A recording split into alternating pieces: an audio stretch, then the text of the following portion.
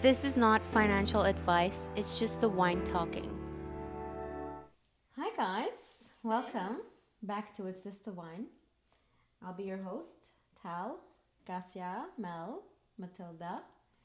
And as you could see, our studio is under construction. We had a little bit of an emergency. Anyways, doesn't matter.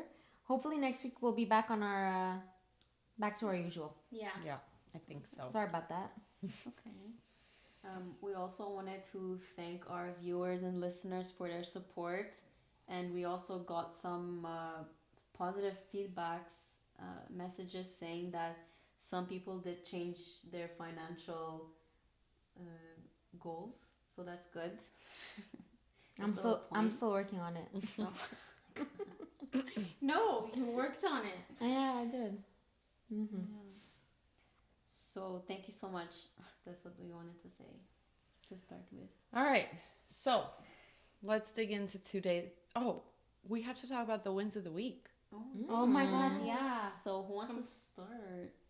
Not me. Who's giving a win of the week this week? I'll talk about mine. Go ahead.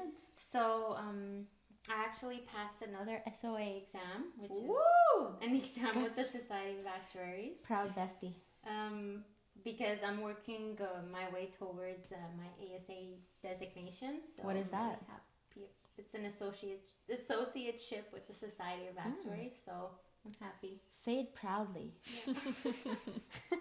Yeah, so it was a win for me. Good. That's a great win. Yeah, congrats, girl. Thank you. Congratulations. All right, now we can dig into the episode this week, which is a topic that a lot of people don't think about until it's right in front of them. And it's going from single to married. And there's a lot of things that change personally, financially, mentally when this change happens in someone's life. And so I think it's important to talk about it. We're going to talk a little bit about wedding costs, about different types of accounts, so joint accounts or separate accounts. And we're going to talk about goals as a family, as a couple, and what that means financially. So let's dig into it. So actually, the first question I can come up with is, I'm like in a relationship, and one day I want to get married, but how do you prepare yourself financially for a marriage? Like all those costs and expenses, like how do you prepare for that? That's a great question, actually. I mean, you both are Yeah, married, the so two you guys ladies would are- know how to answer this. The married women here.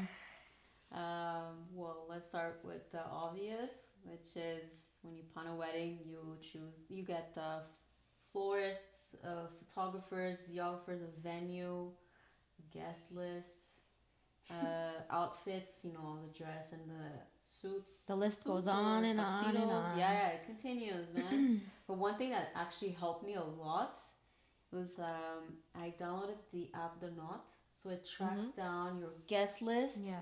and Oh, it wow. even has a budgeter.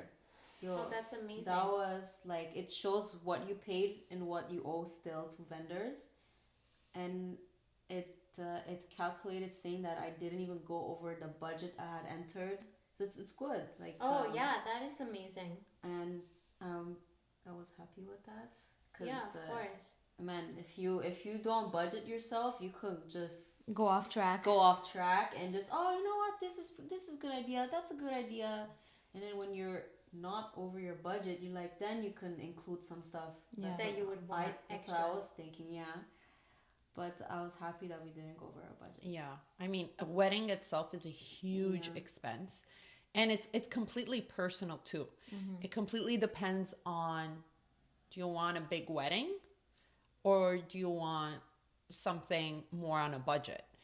And the sky's the limit, because when you go see these vendors, Gassia, you could even get carried away and get things you didn't plan to get just because it looks nice. And like, you could fill up your hall with flowers up to the ceiling. Like, Social media too. no one's gonna tell you not to.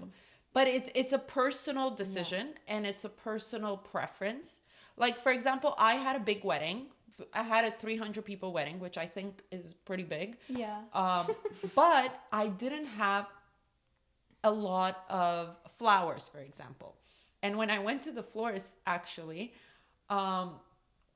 she asked me what I wanted to do for my centerpieces. I'm like, I'm not doing flowers for centerpieces. I just want my bouquet, the bridesmaid stuff, like super minimal. And she looked at me like I was from another planet. Wait, you didn't That's have funny. you didn't have flowers? I didn't have flowers on the tables. I never realized, to be honest. Yeah, it doesn't matter. To the point, nobody actually Yeah, notices. I actually these never things. realized. Nobody cares about how Yeah. big your flower. Yes, in the moment you walk into the hall and it's beautiful, but then the next day, the only thing people are talking about is how much fun they had. Yeah. And so it's really a personal preference on what you want and how much you can afford. The key is to completely have the conversation with your partner and be completely aware of how much you can afford and stay within budget, like Gassia said, Yeah. because it's very easy to get carried away. Because when you visit these vendors too, like she said, they're like, oh no, you need this, you need that. Yeah. What? We're not getting this package for that many people? No, you have to get the top one. And it's like, oh man, dude, like I'm in a budget. Yeah, I can't exceed. Like I have to talk to my husband and see what we can do, you know? I mean, at the end of the day, it's your Yeah. decision. It's not theirs. Well, if a they're lot gonna of pay for it, stuff- then okay. Yeah. A lot of stuff I did DIY too, because man, table numbers, I was looking crazy.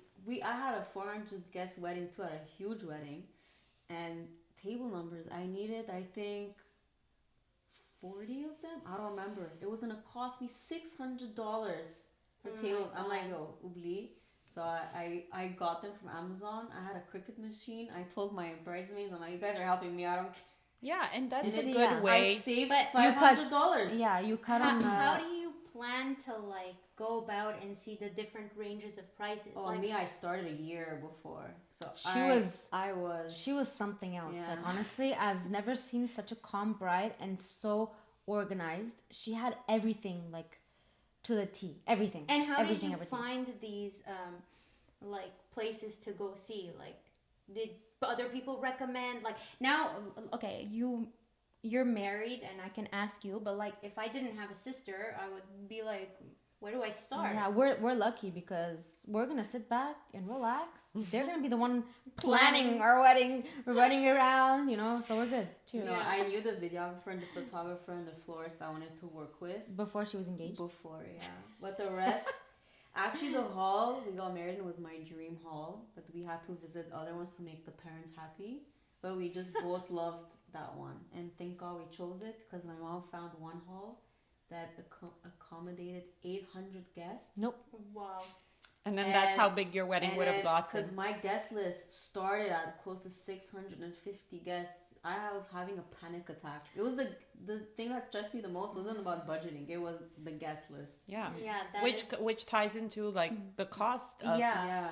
Even though like And if guests come, they give a gift, it's gonna pay it off. Right? realistically speaking, at least but that fully depends on how big you go for your Yeah, wedding. exactly. For me, my venue was paid off by the gifts Yeah, that I had received, exactly. and I had a little bit left over, which wasn't much, but it was just there.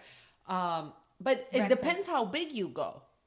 So my wedding was very simple. Yeah. It was, the only thing I cared about was the food and the entertainment. I didn't care about anything else. I had very minimal decor. I had, that's it. I didn't have like the greatest photographer, the greatest videographer. Actually, our wedding video is weird.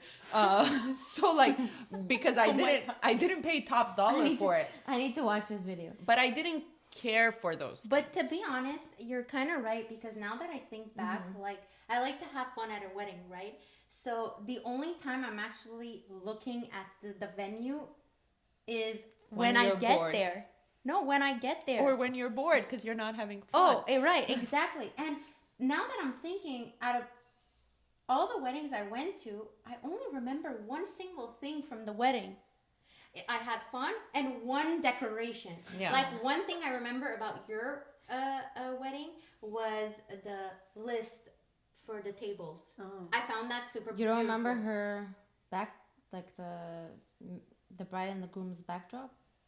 I mean, I do, but when Huh. I think about her wedding, that's what I remember. Like I have to like sit down and think about it, you know, which not a lot of people Well- do, except that day after the wedding. If it was up to me, I would elope.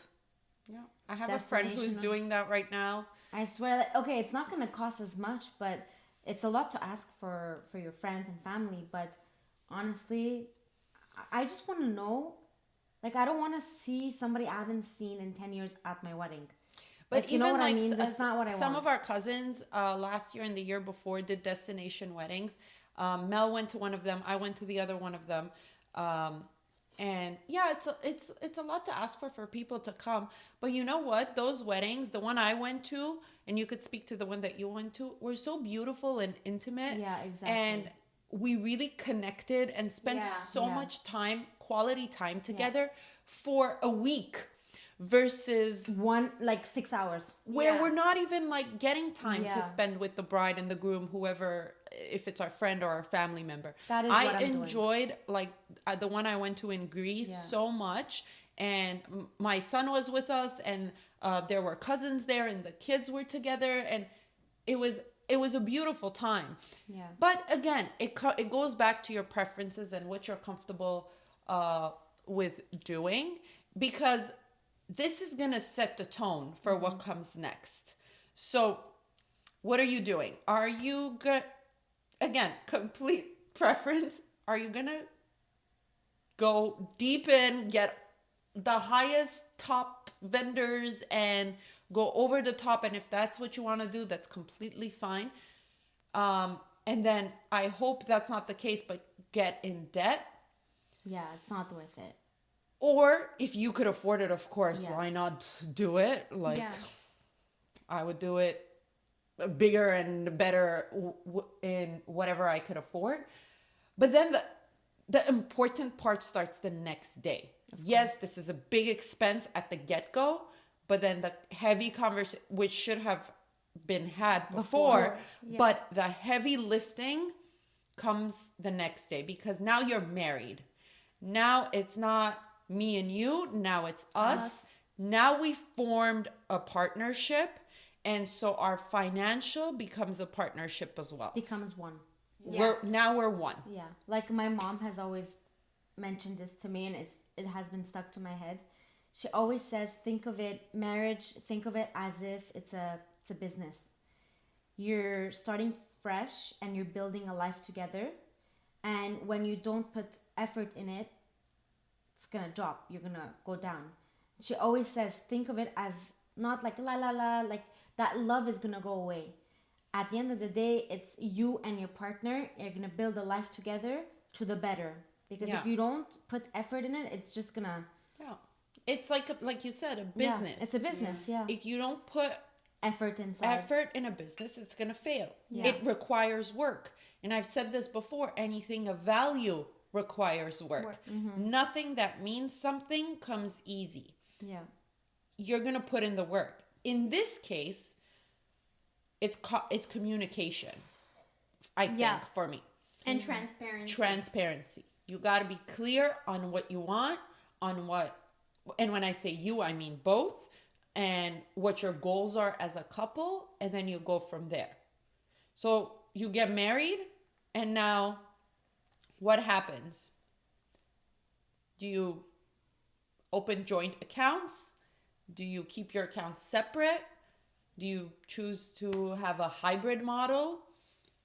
I think hybrid is. I mean, I find joint account is easier to pay your expenses and bills and We whatever. But created a joint account Yeah. when we got engaged. So oh, for the wedding Even expenses better. and everything, we Yeah. were putting money in there, and it wasn't like I paid for that. When it was just together. I think that's important to do. I think because that's great. Yeah. I would do it that way too, because I feel like if you don't discuss with your partner about finances from the get-go, it just becomes more overwhelming with time. Yeah. And then you're just losing track, and it's harder to keep track. So just, I would say, Do it right. Do But it once. you know what get it it is? done. Like we're mentioning it before, it's such a hard topic to open up to not just somebody, but like even your partner. It's like, okay, so how much do you make? Like, I don't know. It's just like a weird question to ask. So- And very personal. You know what I mean? Yes, but, and this is the point of this podcast, is we need to talk about money. Yeah. Especially with your partner. Yeah. Because like you said, this is a business deal. You're trying to build something bigger with your partner, because once you get married, you become one and your goals become shared goals. Yeah. And this is why it's important to have, because going to single to married and having joint accounts is a financial shift, but it helps the relationship not just financially but emotionally and mentally as well, because it reduces stress. Who paid what? Oh, you constantly have to check in whether all the bills are done right or paid off, you know. Yeah. So like a joint account would be a joint account with the two people's names, and everyone, both of those people's pays get deposited into this account, Like full? full, Oof. and Oh, all wow. of Okay, the full page. yes, Oh. this is a fully Yeah. joint account. Your full pay, both of yous, gets deposited into this account. All expenses are paid from this account. All savings, investments, all spending is done from this account, where both people have access. Fully separate is fully separate. Everyone has their own account. Everyone does their own thing, but that doesn't necessarily mean that they do their own thing without having a shared goal or a shared financial goal. They could still work towards the same goal, but independently. It doesn't mean it's right or wrong. It's just the key is to keep communicating, to still being transparent. It just takes a bit more work if you keep it separate, because now you got to do more check-ins. Yeah. You got to Yeah, it's such a headache. Actually sit down and, Yeah, and it's talk about what too much. And then I feel like it becomes controlling. Yeah. Oh, you spent on this, but I thought we agreed on doing this for next month, so why would you spend that extra amount? and know you what I have mean? to you have to also be like, okay, you're gonna pay for this, I'm gonna pay for this, you're gonna pay for this, I'm gonna pay, like, from this account, It's from too this much, account. yeah. It's more work. Yeah. Then there's the hybrid model, which is a little bit of both. You have your joint account, your pays get deposited into that. All of the expenses, your core expenses get paid off there. And to me, I think, and maybe people would have a different definition of what hybrid is. To me, I think your shared savings get pulled out, and you give yourself like an allowance, kind of, into your own personal account, where that money is to do whatever you want. You want to invest more, you want to buy something, you want to do whatever you want with that money. No questions asked. But the majority of the things that matter are still in the joint account. That's what hybrid is to me. In a way, you can actually do that. Actually, sorry. You can open up a cash account where both it like works like a checking account, where both incomes can be deposited there, and then which it could be joint, and then you can open up a separate account through that joint account, which is also a cash account for your own expenses. This way, you won't have to pay account fees in a regular bank, because it's with a non-institutional bank, and your money earns interest. What's a cash account? Sorry. Cash account it works exactly like a checking account. You have a debit card, Yeah. which is a Visa debit or a Master debit, but your balance in there is earning interest. Ah, yes. Okay. But whereas which most non-institutional banks have, non-institutional banks, it's like they don't have like a Brick and mortar. yeah, exactly. Whereas if you go to a regular bank like RBC, BMO, you're paying like almost $20 a month to keep your money in there, unless you have over 10K or something like that. So this is even a better option for like a couple if you want to do that. Like a hybrid model. Yeah. Well, I didn't know joint account. Okay, I knew what it was, but I didn't know that you had to put your full amount, like your paycheck, inside. You don't have to do anything. So it's like hybrid then. You have no. What I'm trying to say is, this is what joint account means in my mind. Maybe when you talk with your partner and you're coming up with your plan, you guys decide that, you know what, I think you are leaning more towards hybrid, but maybe the opposite way, where let me get my pay in my account, you get your pay in your account, then we put whatever our expenses in one joint account. Yeah. So you do what works for you. There's no right or wrong answer. But sorry. Well, it's just the wine talking, right? Yeah. Yeah. It's just a matter of being clear, Yeah. being transparent, and communicating and checking in. Yeah. If things are separate somewhere, then it requires more talks, more money talks. In my talks. opinion, a joint Money account. talks. I've had that song in my head. In my opinion, I would do like the joint, Fully joint. fully joint, but I'm not saying to not open like a cash account just for like, for example, if my partner has a higher risk tolerance to not save, but to be exposed to higher risk stocks, he can pull out from that account. But what I would do is create a joint account, and then the both incomes would be deposited there, all the expenses like you said, and then I would invest together as well in a joint investment account. But this also, like you said, depends on your situation. Like one partner could earn more than the other, or sometimes you both earn almost the same. So I would say this is what I would do if me and my partner in the future earn the same amount, almost the same amount. We would contribute 50-50 to the joint investment account, so that it's like more tax efficient.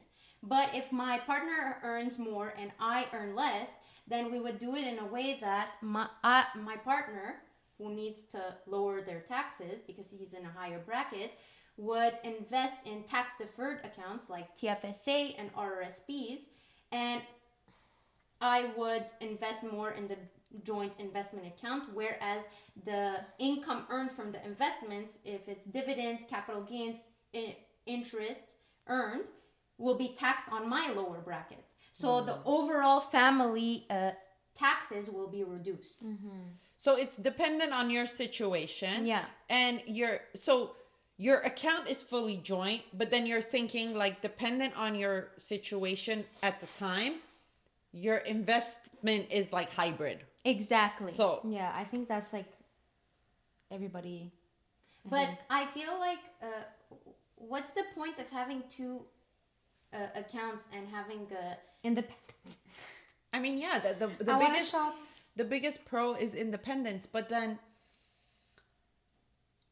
you just gotta get, I think, on the same page. I feel like Going back, if you you're need to communicate. if you're gonna make a big purchase, one that's financially like noticeable, you should talk about it with your partner regardless whether you have a separate account or not. Because if you're avoiding that conversation, I'm not talking about $200, $300 worth. I'm talking about thousands.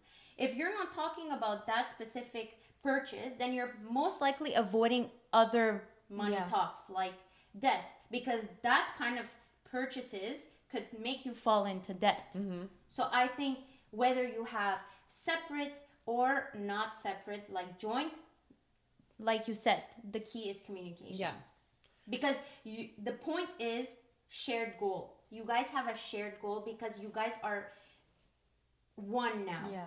And you guys are working towards success together, not independently, for the benefit of the family. I was listening to a podcast the other day driving home, and the girl was saying how she heard this story about a couple.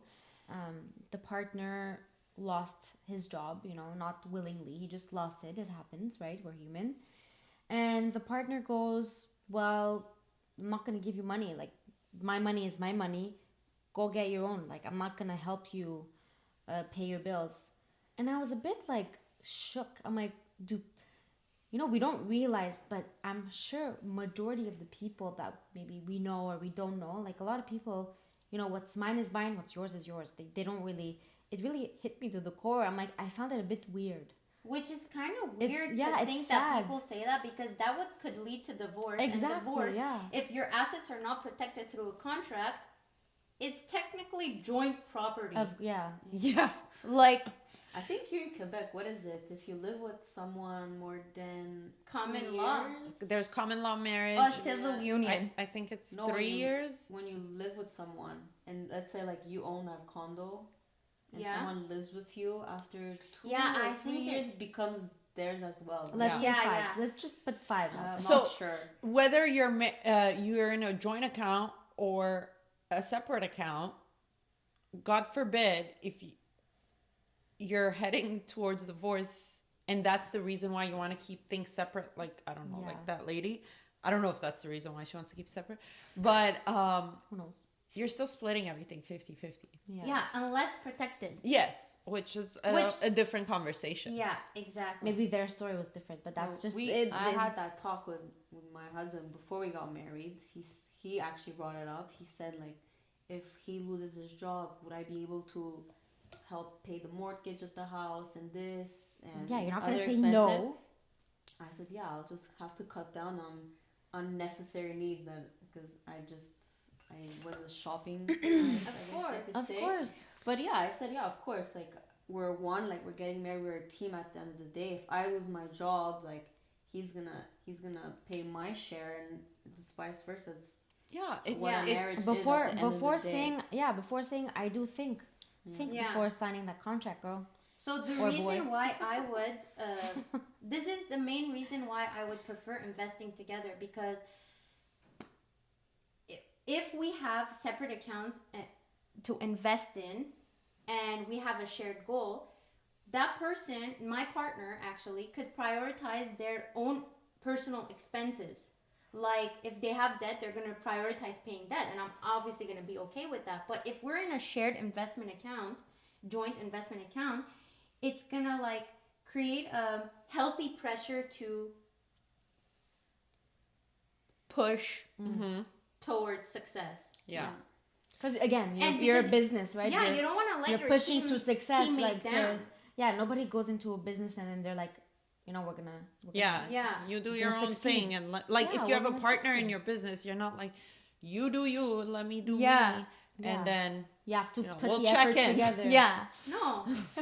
And it's See you at the see you when the See business you at the end goes of the year. Let me know what you did. yeah, but it's true. It bankrupt. things like that can happen. Like for example, I have a cash account for my emergency. Sometimes when that gets filled up, I'll just automatically use it to buy stocks. But that's not okay, because emergency fund is for another reason. It's not to buy stocks.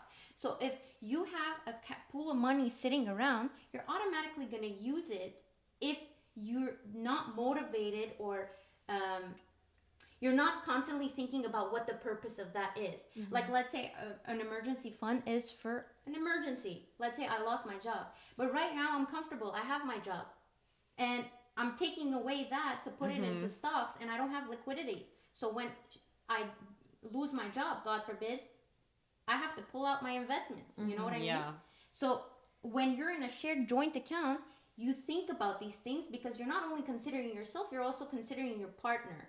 yeah, Yeah. and it becomes a team activity, and it's Yeah. teamwork now, and you know it's different when it's just you, like you said, Yeah. because you don't have to consider Somebody else. somebody else, and when kids are in the picture, you don't have to consider kids' futures and whatever. It's just you. I But- wish I was young. But what do you wish I mean? was a You're so child. young. No, I wish I was a kid, and not to worry about these things, but Yeah, shit, reality. we gotta yeah? start Yeah. these conversations earlier. Yeah. Yeah. But yeah, it becomes, you have to think about the other person, and not just the other person, but your financial goals as a whole Yes. and as a couple. Yeah, I agree. Yeah. Cheers to being married. Yeah. We're And not there cheers yet. to you girls, Thank you. Yeah. luck. We'll Do have the right answers. I might reconsider. I'm joking. No. I'm joking. No, because people get married for the wrong reasons too. Yeah. Yeah. Let's be honest. But 100%. it's Well, not we're not just getting yeah, married. we're not, of course, but we're just we have to think about. You have to plan. You have to Yeah. plan in advance, and if things don't go the way they should, You know, Gassia, you said it took you a year to plan your wedding. One day. A year to plan that one day that flew by, right? That's wild Yeah. if you think Yeah. about it. But, and this is what the majority of people do. I took a year too to plan my wedding, but take the time to plan your future. Oh, that is a great well way to said. put it. You know, when you're planning your wedding and you're on calls with vendors and you're going to see vendors, you're going to your partner and saying, okay, I tasted this cake, I went to this, you're having these conversations. I've never thought of it. Carve like that, out actually. carve out Wow. 10, 15 minutes when you're doing your wedding planning check-in and do a financial future talk Yeah. with your partner, because yes, the wedding is fun and it's important and it's beautiful, but what really matters is what comes after. Right. Right. So put the time, put the work, invest Get it done. in yourselves, And sign that invest contract. Sign that. in Sign your the assets. partnership. Yeah. Sign your life away. I'm joking, guys. Okay. Yeah. All right. Yeah. On that note, cheers. Cheers, girls. Talk to you next week. Like, subscribe, Like, subscribe. See you guys next week. comment, share. Don't forget to comment and share. Yeah. Share, share, share. See you next week. Cheers. See ya. Cheers.